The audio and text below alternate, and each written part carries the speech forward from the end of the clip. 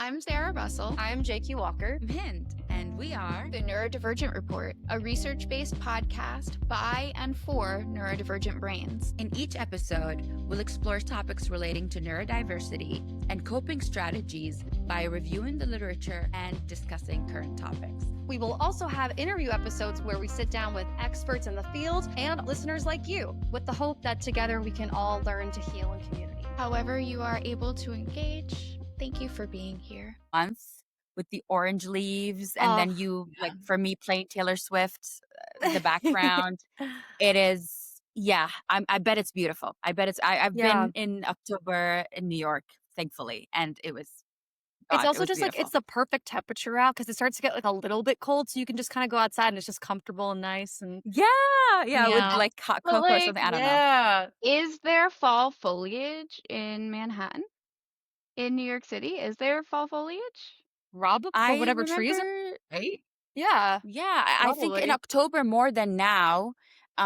We don't have that. We're a lot like California. It's just winter and summer. I'm just Yeah. gonna need to go looking for people in Manhattan taking pictures of trees. Yeah. I need to see evidence that there are trees in the city. But like, it's August. Sort of like 2 weeks ago, I started noticing the leaves were already changing. Oh, yeah. And it's like a combo of the cold snaps that we've been getting, but then also the drought that we've been having for years now. Yeah. Yeah. It's like every years. year the foliage changes earlier and earlier. Yeah. I think only the neurodivergents are like paying attention to that. Only the ones that are like special interest is Oh, fall, special interest is weather. Yeah. I remember 2 years ago. Sorry, you were saying? I'm so sorry. No, I was just saying we're pattern recognizers, so that's Yeah. probably Oh, why. yeah. Oh, yeah. No, yeah. We're pattern recognizers, and Okay. it gets us to be in a very uncomfortable position.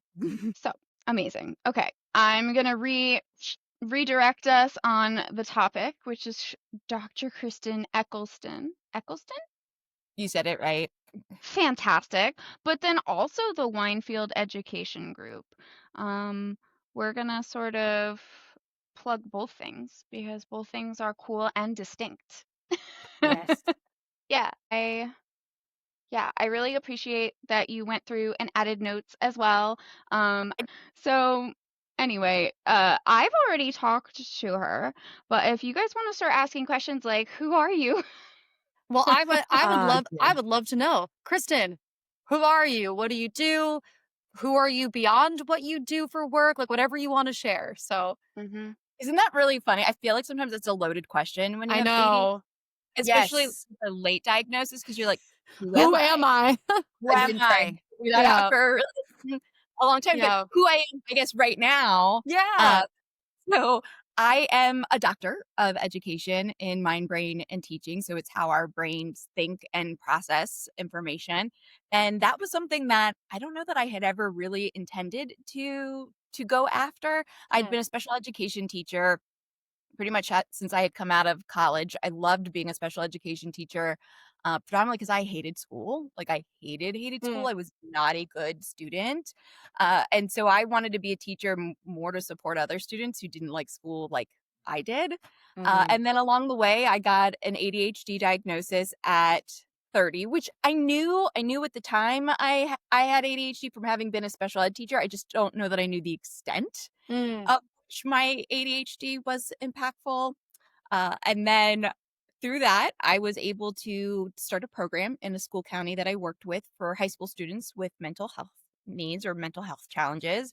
And then just life happened, all sorts of things in life happened. And I left education in terms of like teaching in a county. And now I work as an education consultant, working specifically with families of students who have neurodivergent profiles, who avoid school, who have mental health impacts. That's what my doctorate was in mind, brain, and teaching essentially within the mental health aspect of the education setting. And then when I'm not doing that, I speak at schools about needing to address the neurodivergent learner and different ways of teaching individuals who are neurodivergent. I go to corporate events and speak to them about the neurodivergent workforce. So I'm very focused on the neurodivergent aspect, but I think that's because I myself am ADHD and Yeah. can relate to a lot of it. Yeah. We really Yeah. find ourselves self-selecting a lot. Yeah. And it's Yeah. amazing that you're doing so much work and like in a bunch of different sectors, like the actual like practice, like in schools, that you're speaking both for like you're doing a lot for a lot of people. So we're really happy Yeah. to have you here so you can share all the things that you're sharing with all these people. So thank you again for being here. No, Yeah. thank you guys. I tell people all the time because I do so much, and sometimes I'm like, this could be Yeah. overwhelming. I wear a lot of different hats, but they're like all the same color. They're all the same color green or whatever you want to. But they're Right. just Different styles. I Yeah. love that. I love that. I think that honestly, a lot of neurodivergent people find themselves in similar boats. Sometimes actually, I mean, there might be different hats completely, but I think a lot of neurodivergent people have that hat collection. Yeah. I agree. Yes. I think it's because we're often told like pick a thing and stick with that thing, but we're not like pick Yeah. things. We're like, I need to have multiple interests happening. type of people. Yeah. Yeah. And I Totally. think also something that, because I know you deal a lot with reframing and talking about the root cause. For me, the way I try to remedy that relationship of having multiple interests and then leaving them and then coming back to them is that consistency in our case is not what's important, it's persistence. And Yes. if there's one thing about me is I am persistent. So I remember being interested in horse riding, and I would go in and then fall out of it, go in and fall out of it. But it's been 5 years that I'm still going in and out because I love it. And I might have times where I can't do it anymore. But we've been taught, and I think it's through an ableist lens, like consistency is what's really Mhm. important. Um, And not so with us. I think it's beautiful. with That's a Yeah. factory model belief. Yeah. Consistency, that's what we expect out of the factory model, but humans have never been factory pieces. Yeah. But Anyway. I like the idea too of what is consistency? Is consistency every Yeah. single day, or is consistency 5 years of a practice Over where time. you may have come in and out of it, but you stuck with it for 5 years. You just had boundaries of what your time limitations were at times. Yeah. Mhm. That's Yeah. true. Yeah. That's how I also look at it. interesting. Yeah. Thank you. That's also another reframing, which is what you do. Yeah. What a Amongst beautiful other segue things. back to what you I do. got and you. you- I learned from the best. Mhm. Actually, wait, So, I know we said that, but I'm like, where are we? like, in no, Oh, our no. we're Us. perfect. We're main topic. Great. I'm Okay. about to ask her what the heck is an educational consultant because, like, we know Yes. The people teacher, need to know.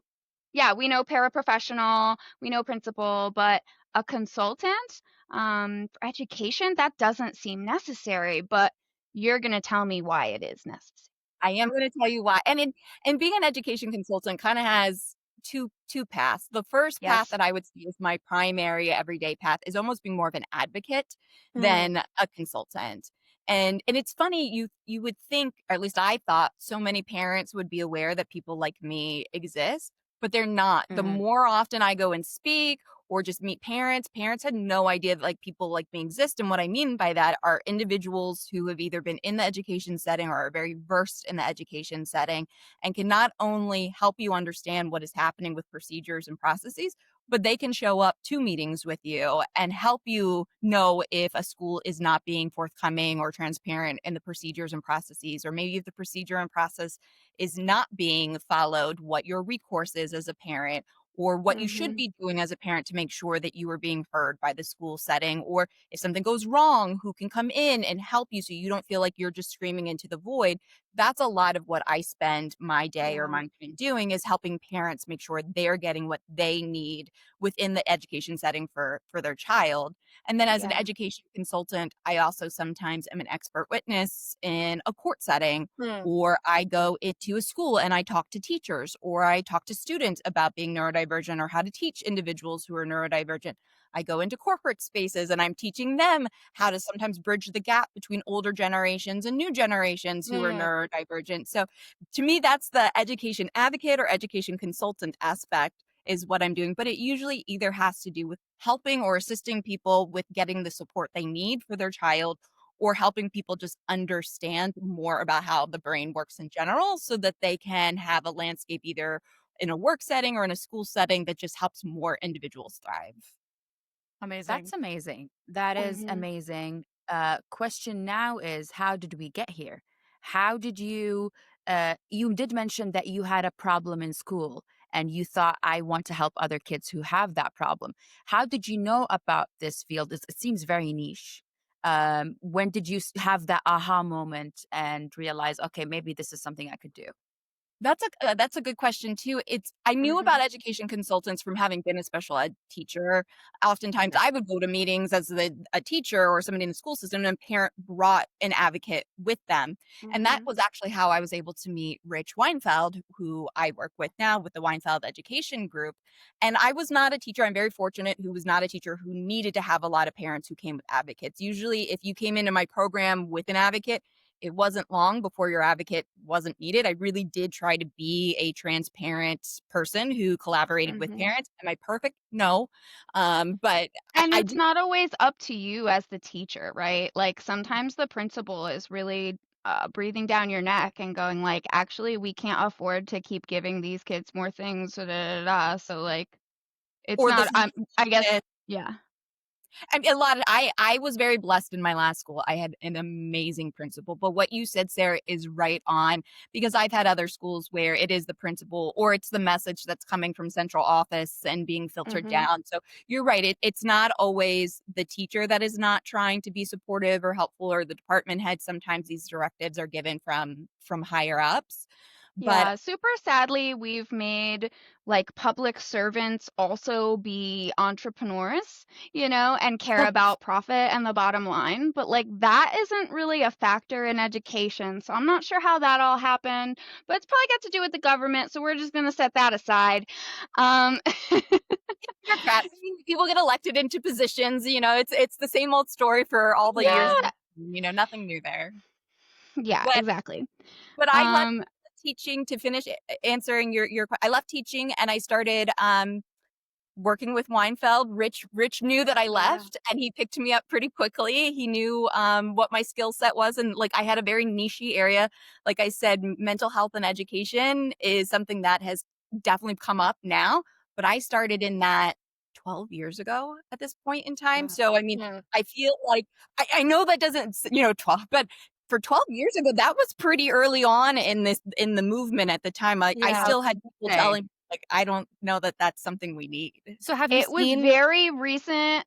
Like it was only in 2013 that adult ADHD even became a diagnosis. And so, yeah, 12 years ago was like right there. And yeah, we're still seeing like the harmful rhetoric around like, oh, you grow out of your ADHD, don't you? What's wrong with you? yeah. People still haven't sort of caught up to like that was misinformation. So yeah, again, it just takes a while, you know. Yeah. But I think when a parent has been in an IEP meeting or a 504 meeting, that's usually what these are called, to sort of basically give the kid a plan, Yeah, a I think treatment a plan. really easy distinction between the Sure, two for anybody who's listening. A sure. 504 is just accommodation. So, like, what Yeah, you need to even the playing field with your peers. Like, do you need extended time? Do you need reduced homework? What makes the playing field easy or not easy, but the same as everybody else? That's a 504. An IEP means there's a skill set deficit that needs instruction associated with it. So, you might Yeah. need those accommodations, but you also need some type of instruction for the skill set deficit. Mhm. gotcha. That Um, makes excellent. sense. Something I wanted to just jump back to really quick, just because I'm curious. So we've had a few people on who have talked about like they do a lot of work with advocacy and like going to Mhm. schools, going to, to job sites, kind of like what you're saying. And one thing that I haven't gotten a chance to ask, and I'm wondering if you, have seen a pattern or anything, because you've been doing this for so long, like have you seen schools or workplaces becoming more open to this? Have you seen the conversation kind of like ebb and flow? And have you seen actual tangible differences in schools and workplaces? Yes and no. I Okay. will say that there are some schools that are amazing. That I have a school that brings me back at least twice a year to talk to Oh, both their great. staff and their students. And they're fantastic. And they are open. And not only when I come to talk to their staff, they're like, hey, will you see for lunch and have a lunch with our Oh, talk more about our teachers and allow them the opportunity to ask you direct questions. And I love that because to me, yeah. that shows a school that is dedicated to the betterment of their students, to their understanding. But I think there are still systems, and I mean, that was a private school that I'm talking about, but there's Yeah. still lots of systems that it's almost like to bring an outsider in means that you don't know everything. And it's almost very defensive Yeah. to have to bring an outsider in when that's not the point. It's like, you don't know what you don't know, bring the knowledge in, expand your knowledge. Yeah. But there's still a lot of people who see me as almost a threat because Yeah. that might mean they have to say, we don't know everything. And what's ironic about that is that I feel like they're usually when people do that, they're trying to feign or just not even feign intelligence, but like show how intelligent they are. But I've definitely heard this before, and it's something that I agree with, where like the smartest people say when they don't know something because they want to learn, like they want to understand. So, I know, and A I love hundred that. Like percent. I said, with the school I go to who brings me all the time, like it's never this defensive. It's like, yeah. you have the knowledge that I'm like, Yeah. please share it with us. We want to have it because we want to be better. And I love that because it's not this like, oh, I know, and you don't, it's a collaboration so that we can all like help each other. Yeah. Yeah. Um, I want to Awesome. get to the nitty gritty of it. So if it gets a little too detailed, let me know. But before the advocacy, you were also helping with mental health and studying. What are the cases that you would get, and how would what accommodations would they be needing? Because one thing I've noticed with people who have ADHD or autism is not only are they too scared to ask for accommodations, sometimes we're not aware what the accommodations are. And I feel like Mhm. someone like you could really help the viewers and me and my girls how we can make our workplace better. What are the things that we haven't thought about, or studying wise also? Absolutely. So a lot of the population I worked with, especially when I was running the program for students with mental health, was what I would call internalizers. I think a lot of us are aware now when we think of emotional disabilities as the externalizers, the people who get really angry, really upset. And I mean, the root Mhm. cause of that could be You for can multiple see their reasons. behaviors. Yes. Their behaviors are disruptive to other people.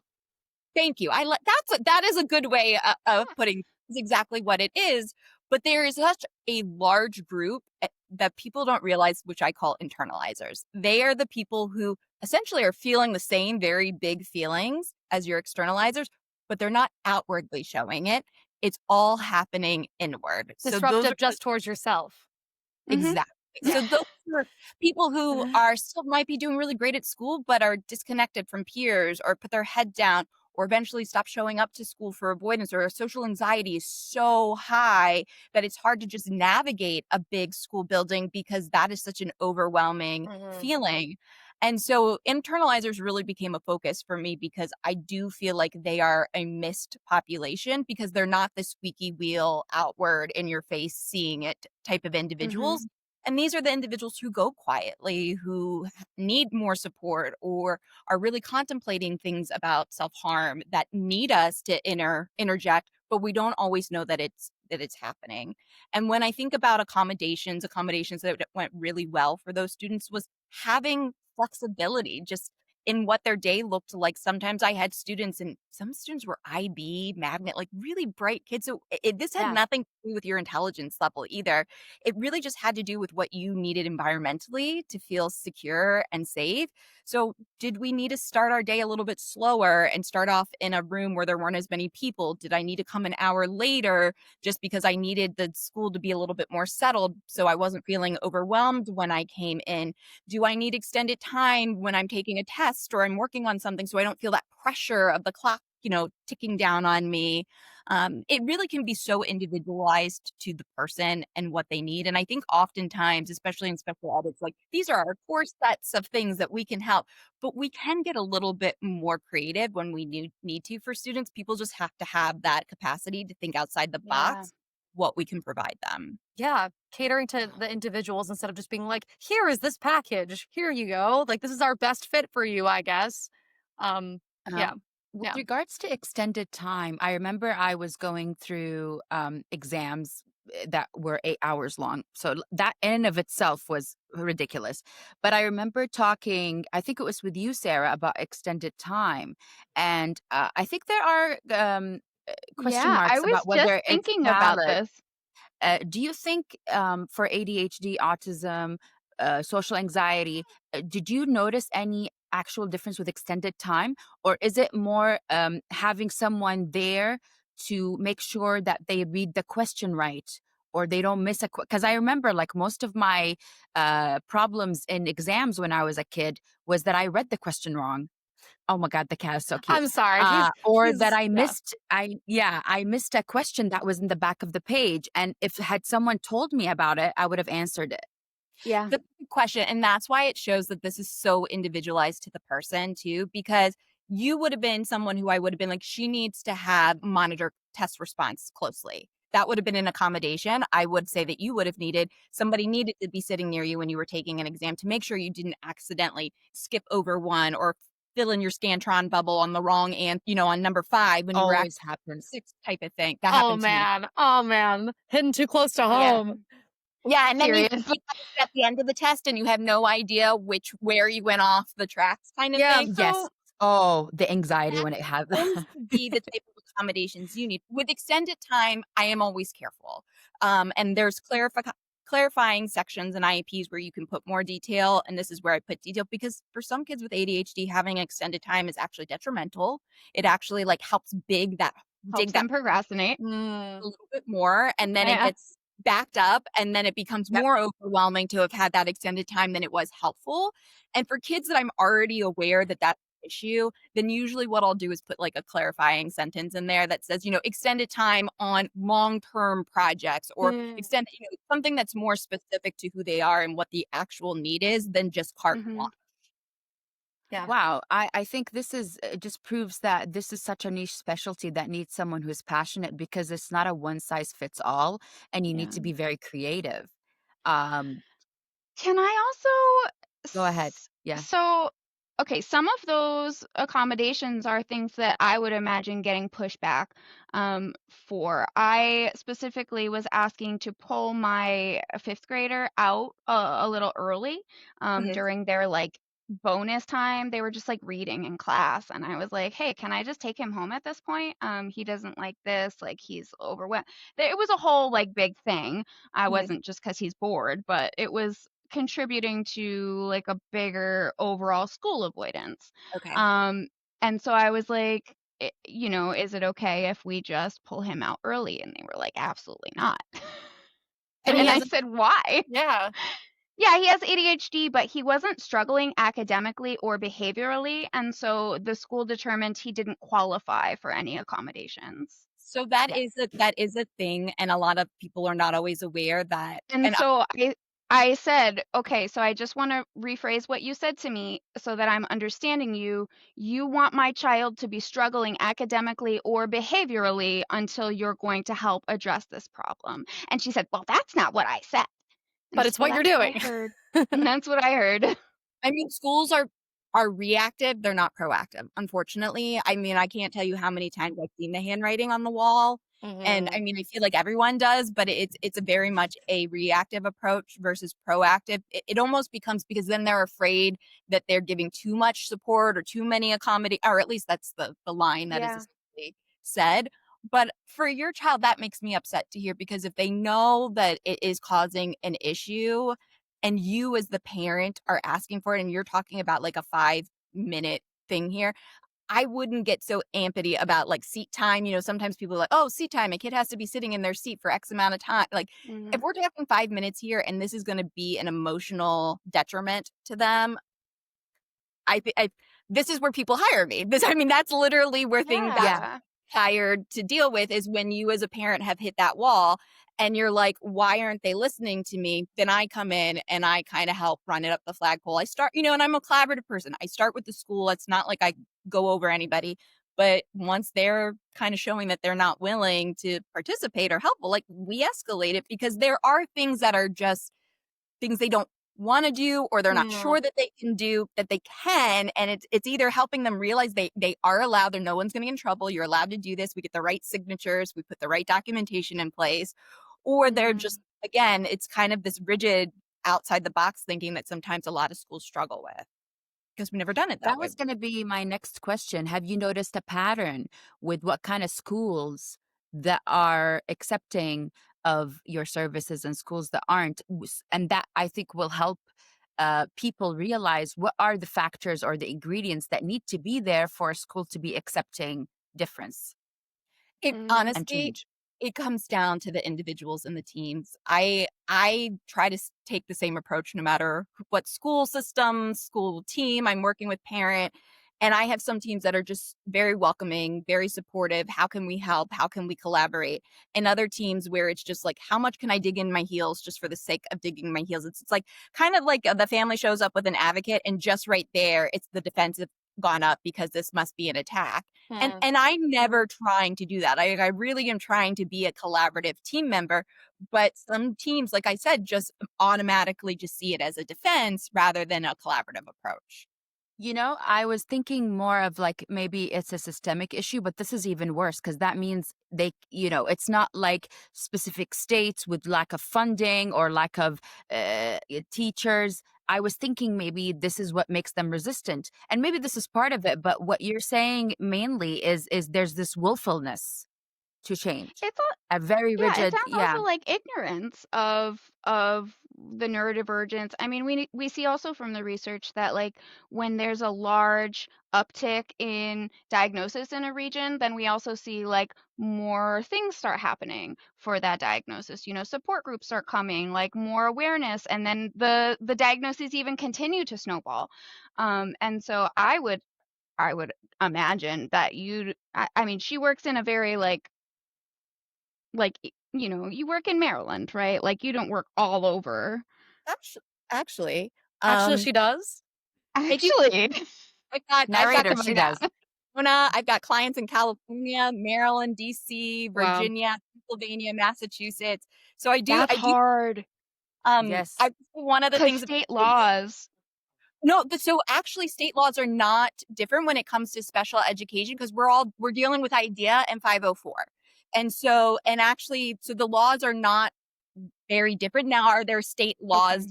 as far as like graduation requirements might go or different Sure. policies? 100%. So it's not to say Okay. every state apples to apples is the same. There are different policies, different laws. But as far as what we're dealing when we're talking about special education, we're talking about 504 Rehabilitation Act and we're talking about IDEA. And so Mhm. those are the same throughout every state. And so I am essentially working within the same context within every state. That's amazing. Okay, that's good Um, to know. I would love to dig into this very interesting thing that is, I think, what you want to talk about the most is um, how can we reframe behaviors by looking at their root causes, not just their surface, because that's basically your niche. You wrote here whether a child is refusing school and adult stuck in burnout. I think yes, please, or a nervous system in constant fight or flight. How do you peel off the onion here? How do you help someone reach the root cause?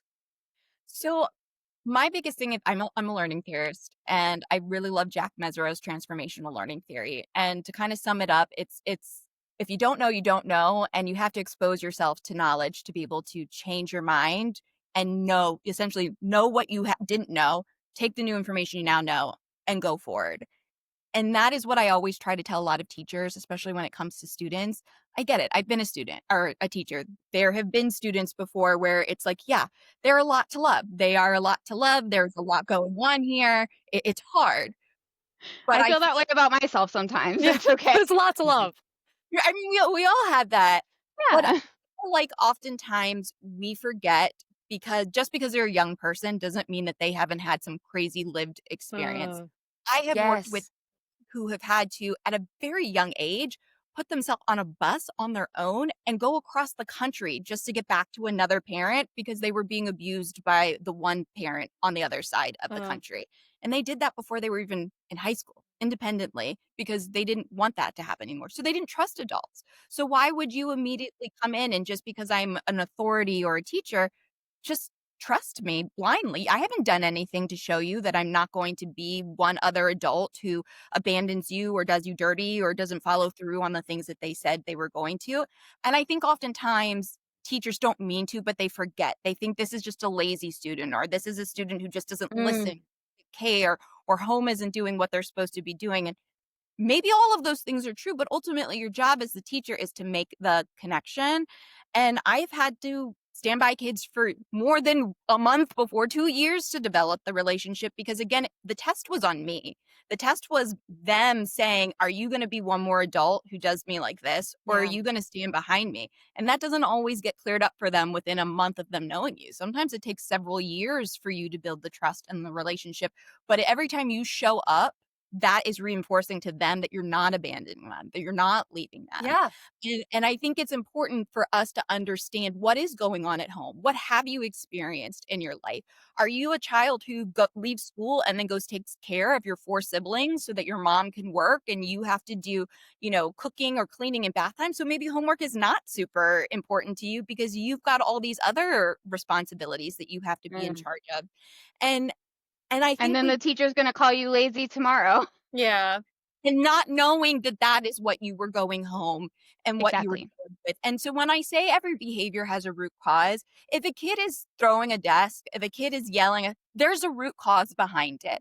And sometimes it's not super evident. It doesn't even have to do with school. It could be something that happened at home. It could be something that happened at home a year ago. It could be something that happened in the community. But I promise you something is triggering that event. And the sooner that we take the time to sit with kids and understand, one, your relationship building, and two, it'll help you have a better understanding of what's going on so that then you can help and guide them as an adult to get them past whatever this is and find the future that they're looking for.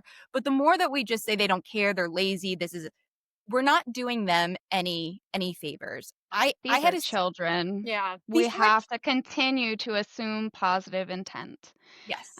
And we forget that when we get into these weird power dynamic relationships. They're still children. They're not our children, but for now they are.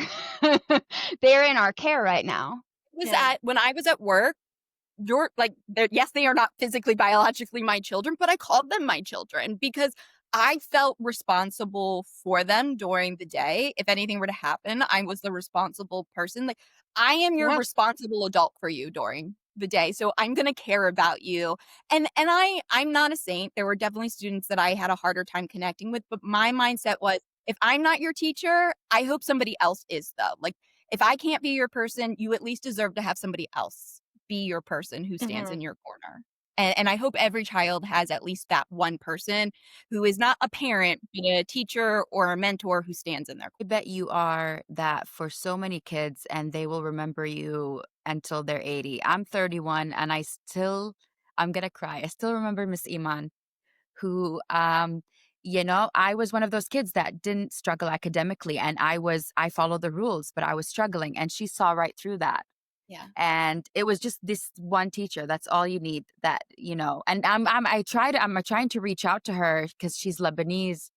Oh my God, if I get to see her, I don't know what I'm gonna do.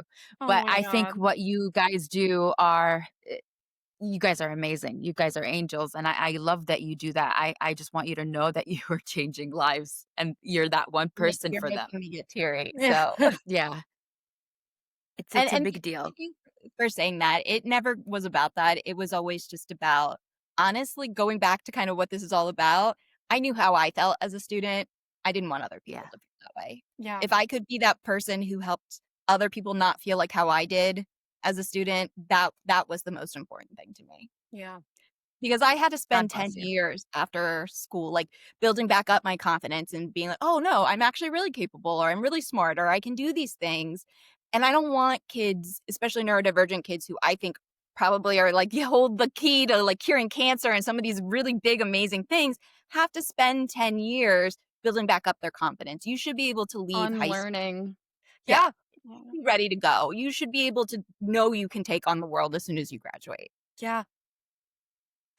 I think that we also relate to that too. Like, I think a big reason why we're trying to do this podcast and we're having all these people on is we are trying to inform people similar to us who have been through similar things or have similar labels put on them because of the way that their brains work, and trying to make the experience more tolerable and make and have them to have a more accurate view of themselves that maybe we didn't have, and now we're in Mhm. this process of unlearning and unlearning together, and yeah.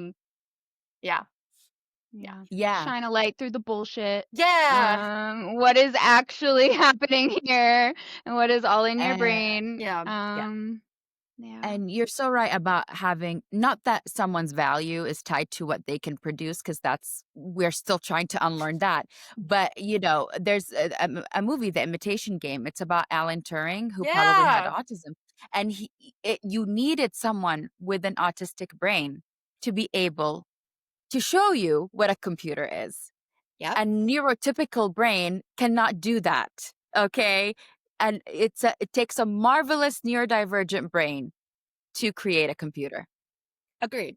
I mean, I tell people all the time, if you could put a neurodivergent brain and a neurotypical brain on a scale, they'd weigh the same. Like, Yeah. it's all about Yeah. just how you are perceiving the world and taking in information and how you are learning. But I wish we would stop seeing that neurodivergent brain as somehow being less than the neurotypical, because if you look at the strengths and weaknesses of both, they really balance each other They balance out. out. But Yeah. And we need to stop underappreciating the neurodivergent brain and the outside the box creative thinking that it brings, because that's how we advance as a society or as individuals, Mhm. is when we stop thinking the same and we go, hey, there's a better way of doing this. 100% agree with what you're saying. And again, something else we say a lot on here is exactly that, is that these are just two different neurotypes. Diversity is part of a human genome. And the main reason why the neurodivergent brain is undervalued is because we live in a society. We live in a society. We live in a society that's um, built and structured for a neurotypical brain most of the time. And even some of the things we do in society currently And aren't even good for, prioritizes economic I was about to value. say, like, aren't even good for Yeah. neurotypical brains because it prioritizes economic value. Exactly. But like, I think that, yeah, if we were all more educated about different neurotypes, and if we were all more willing to accommodate, because people get accommodations all the time that are completely normalized, and if it was just normalized to just give everybody the accommodations they need, I think it would be a lot more like common knowledge or common sense to be like, these are just two different types of brains. So Let me say, Mhm. just for the research that's out there in the education world, I mean, my degrees are from Johns Hopkins, and Johns Hopkins does a lot of research in education. yeah. And there is so much out there that says this is how the brain learns, this is how the brain learns best, and it would be beneficial to both neurodivergent and neurotypical brains. But that is not how we present education Yeah. or how education looks at all if you go into a standard typical school setting. So it's I like know, it we breaks my heart. even know that all brains would benefit from some of these ways of teaching, but we still don't do them. Yeah. And I think I'm it's clear sure. that you're like doing the work to try to push for those ways of learning, but I know it's like an uphill battle, and it's you're trying to create systematic change in something that's been so ingrained for a long time. So A long time. yes. With adults, it's probably different. You have clients that are both adults and children, Yeah. and you have a neuroscience background. I'm seeing here that you like to regulate the nervous system through obviously breath work and yoga, and there's a lot that you can do, like bilateral stimulation or pattern interrupters. Mhm. um how how is that more difficult when it comes to an adult than a child, maybe because their brain, they're more willful? And how does the neuroscience back up your your work your field? No, absolutely. So no, I don't know that I find it more difficult than the other. I mean, you've got resistant kids, you've got resistant adults, but most of the time when I am working with either internalizing youth or adults, they want to know this information. Like a lot of them are passionate about understanding it. And I use things, I call something the perspective pivot. And it's really what I'm trying to do in the moment is helping individuals take negative thoughts and flip them around to the positive perspective. And so often what I'll do something like advance, align, and then redirect. I have like hand interrupters and Yeah. different things that I'll use. And that really is just, it's interrupting your brain pattern in your head when you are, accepting, aligning, interrupting. It's something that you can do in that moment. But a lot of what I do, and I truly believe in, is teaching people how their brain works so that they can understand why we're either going to do tapping or affirmations or anything that we might do. And a lot of where I start is with negativity bias. And that is because I honestly think that so many neurodivergent individuals are impacted by it, but people are impacted by it in general. And I call it, I'll do it with you guys if you're willing. I call it 25 Yes. people in the room. And what I do is I tell everyone to think that you are in a room right now with 25 people. You can know them, not know them, it doesn't matter. But 24 of them are about to come up to you and tell you you are the most amazing person they have ever met. They love you. They adore you. You are fantastic. And then you're going to have one person come up to you and they're going to tell you how much they don't like you, how much you annoy them, how much they can't stand you, how awful you are. And now you're going to go drive home. What are you thinking about? The What are you negative thinking? comment. Yeah.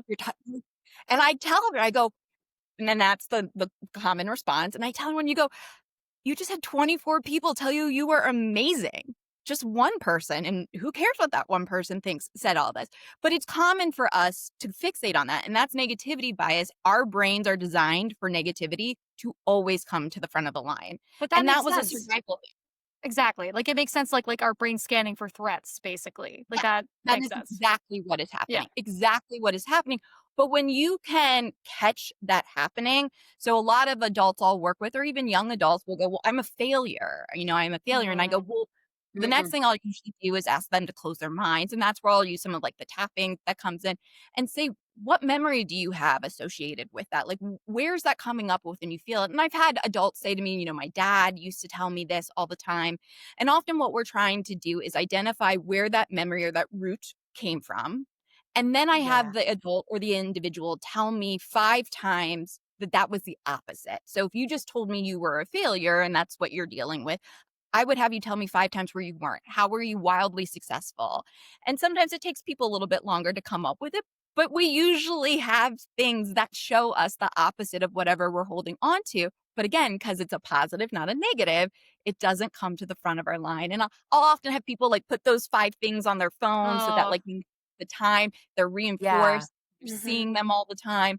But a lot of it comes down to is nervous system being dysregulated too. That's why we get fixated on the anxiety and the negative bias, and we have a hard time getting out of it. And I think a lot of neurodivergent individuals, because we've had so many "you're lazy, try harder" types of messages given to us, we get stuck in those negative biases loops. We feel like we can't relax. I'll ask people all the time, do you sit down when you finally have a Saturday afternoon to relax and you feel like you can't? That's because your nervous system is fried from Activate. years of you having to be that people pleaser. You learned that you get Yeah.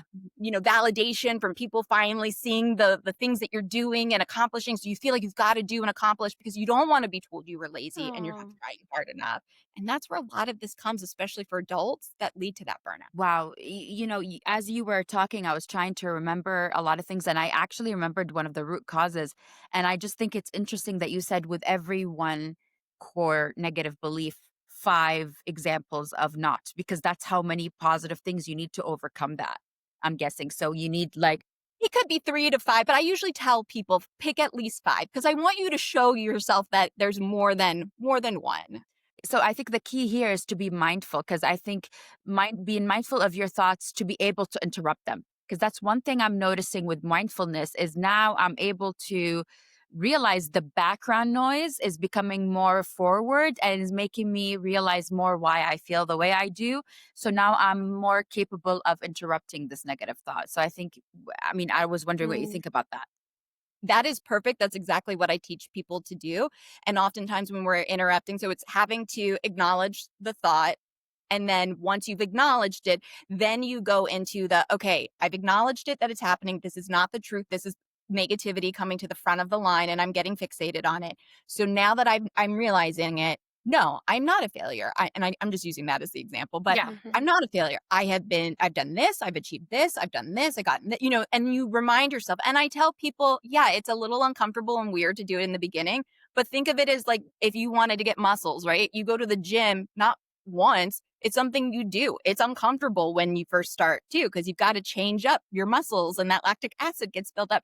Think of the exact same thing happening when you're about to rewire or change your brain. It's like going to the gym. It's going to be uncomfortable at first. It might even feel uncomfortable, but eventually it's going to become habit and routine. And then it's just going to become naturally part of you. But you've got to keep doing it just like the gym, just like if you were looking to change a part of your body, you're changing your brain too. It's not a one and done. Yeah, and something that I Amazing. wanted to add, which I'm not saying it to be like, oh, pessimistic, but I think like like a saying it to be like another layer that is there for a lot of neurodivergent people is there's like that statistic where it's like, oh, neurodivergent kids get corrected like 10,000 times more, like we're like so, but whatever that quote is, like it is true. And I think a lot of the lived experience of neurodivergent people would, this would resonate with them, of like constantly being told you are any of these negative labels, you're doing something wrong, like.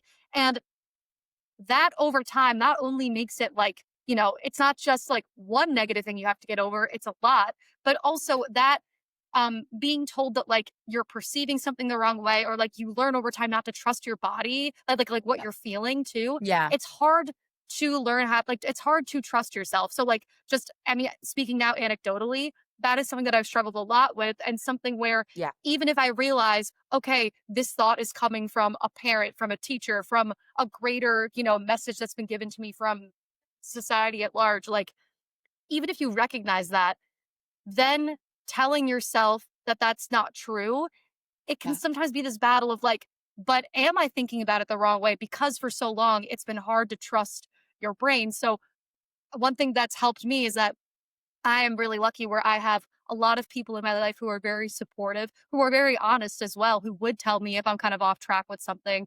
But like having those, like verbalizing these thoughts to those people at first to help me be like, yeah, that's not true, to help me kind of learn to trust myself again. And now I'm able to do it on my own, which is great. But I just wanted to say that just because to add that like layer where it's it's one thing to recognize it, but then to really trust yourself and trust your judgment on it is a whole other beast too. Yeah. Great. Yeah. And that's Yeah.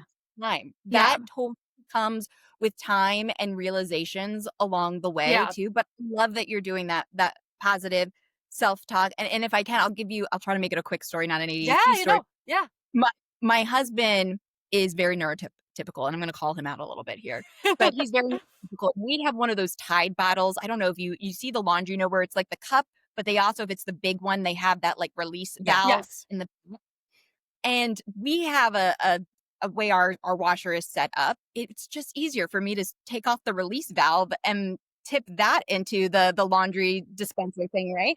And my Yeah. husband watched me do that the other day, and he was like, "That's a weird way of doing it." And I was like, "What do you mean?" He goes, "Why wouldn't you take off the cup and fill up the cup?" But I realized that like that's the neurotypical in the box way of doing it, is that because that's what it was designed for. Mhm. And for years, I probably used to have people say, "Well, that's a weird way of doing it." And then I immediately thought I was doing something Mm. wrong. Yeah.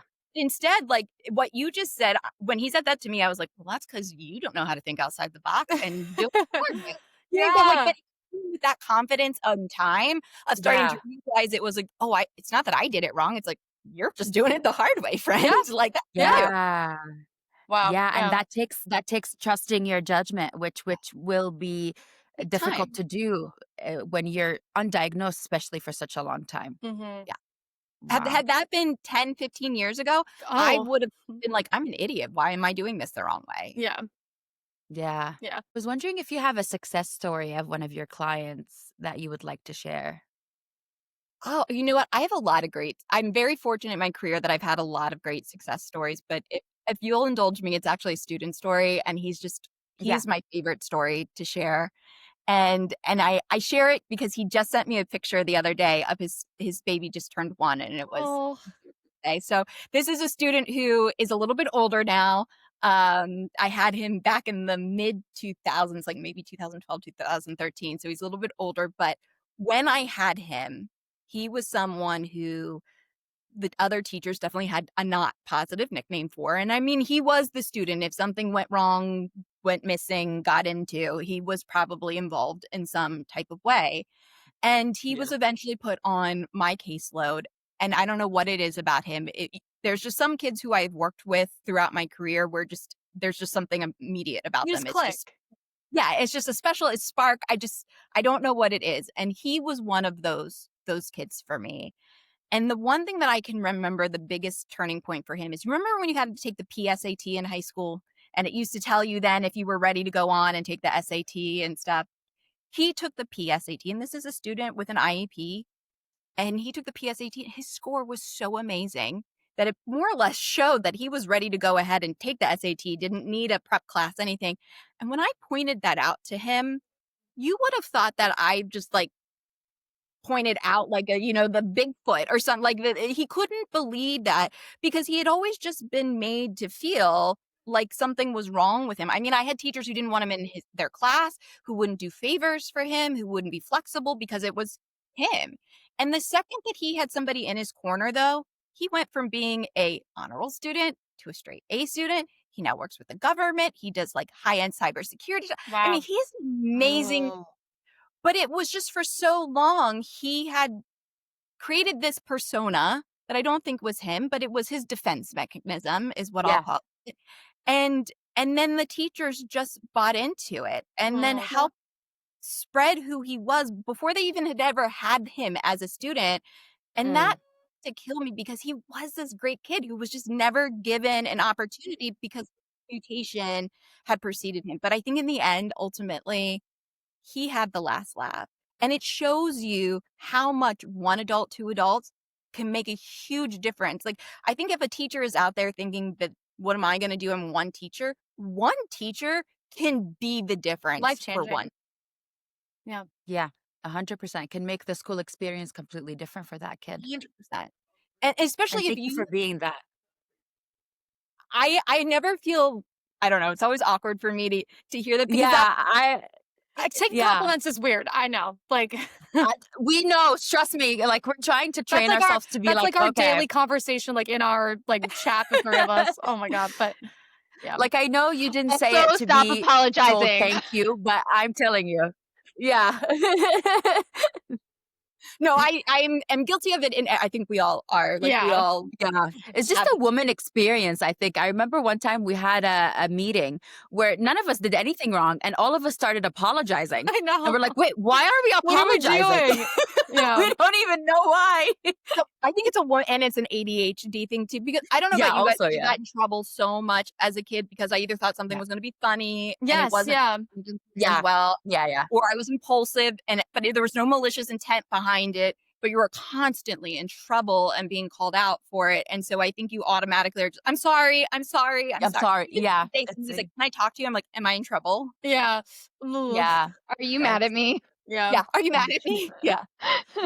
I want to know more about the bilateral stimulation because I do it a lot, but I feel like the way you said it here seems like there has to be a prerequisite for that before going through it. Like I need to maybe do some breath work because I feel honestly I'm in a burnout situation. It's really hard for my brain to like relax. Even when I was on my vacation, it was still on. And and I need to figure out why for sure. I need to go, like, this is giving me a great strategy on what to do. But like, it's just, I know it just has to be going as slowly as possible and just tapping. It actually through. So depends on what you're trying to do. If you're trying to do like memory recall, like if you're trying to do like the root cause thing I was telling you about, it's a little bit slower. And then once you're trying to like solidify, like let's say you try to move, a lot of this is used in EMDR therapies too. Like then you can do faster. So there is like different things based on the speed in which you're doing it. Like if you're trying to do memory recall, if you're trying to solidify new thoughts. And then there is just like the tapping you can do. I've even thought about recently, maybe I'll do like a social media like thing where I'm doing skincare and how they can do tapping and just when like your serums and some different things. I'm sure that's a great idea. You should definitely do that. I feel like but even just like nervous system is really I think a lot of the root of where things 100%. come from. If you're sitting and watching TV and you have one of those ice packs that are like, the cloth type of soft ice packs, and maybe if you're I'm a migraine sufferer. Like if you put it right here and ice your vagus nerve, that can even help with just kind of like helping your nervous system come down. Okay. You can watch TV, put the ice pack right here, ice your vagus nerve. Like so much of that is helpful as well. Again, I want Thank to, you. in case we'll probably include this in the episode, and this is a good opportunity where if people want to learn more about like the vagus nerve and polyvagal theory, we do have like a 3-part series on that. So like if people are listening to this right now, they're like, man, I want to learn more about that, go check that out. So Yeah. Yeah, yeah. all the episodes with Abby were on the Yes. polyvagal. I think it was episodes like 26 to 28 or something. It sounds right. Yeah. Yeah. But back to you, Kristen. Let's tell the people where we can find you, anything you want to plug, just anything else you want to tell whoever's listening. Sure. So if anybody is looking for me and they're like, hey, I need to know more about that education advocacy consulting, they can definitely find me at WEG advocacy.com. I am a partner there. I'm the director of social emotional services, and you're more than welcome to reach out to me and talk about anything I can do, or just if our group can support you and your child. Okay. And then if people are looking to just connect with me in general or learn more about what I do independently, my website is www.theneurodivers.teacher, all one word, .com. And that's where I have more information about my coaching. I do work with some individuals like in the entertainment industry, which is really exciting and fun. But it all comes down to that mental well-being and using your brain power for it. So, and all my socials are the same. So Instagram, TikTok, all that is the.neurodiverse.teacher. That's really All good. right. Amazing. And we're so lucky to have you as a guest. Thank you so Yes. much. I'm lucky to have found you all. So thank you for Oh my having me. goodness. Well, thank you. And I have to wrap it up with hair goals. I have to say, I was thinking the same thing. I was like, your hair, gorgeous. Gorgeous. Thank you. This is Yeah. just, the nice, like the blow dryer that lets That you has kind of the- yeah, that, it works. Yeah. and the wavy It's top doing at it. the bottom Love that's like it. TikTok trending. Yeah. That's it. Love it. That's amazing. Love it. Thank you. Yeah. All right. Well, thank you. Thank you guys again. I really, really Thank appreciate you. it. So thank you. Yeah. Like, please reach back out. Like, we always love having people back. So, Oh, I love you And guys. we definitely want to keep that Yeah. relationship. yeah. 100%. I love you guys. Thank you for We being love you, a Kristen. Thank you. We love you, Kristen. Thanks for being here. If you want to connect with the Neurodivergent Report, you can find us at ND Report Pod on Instagram, Threads, TikTok, YouTube, Blue Sky, Substack, etc. If you're looking to support the show, the best thing you can do is subscribe and leave us a 5-star review. Please do that. And hey, if you want to check out more about us, visit our website at ndreportpod.com. And you can also go there if you want to be a guest contributor on the show. Until next time, be well, do good. Bye.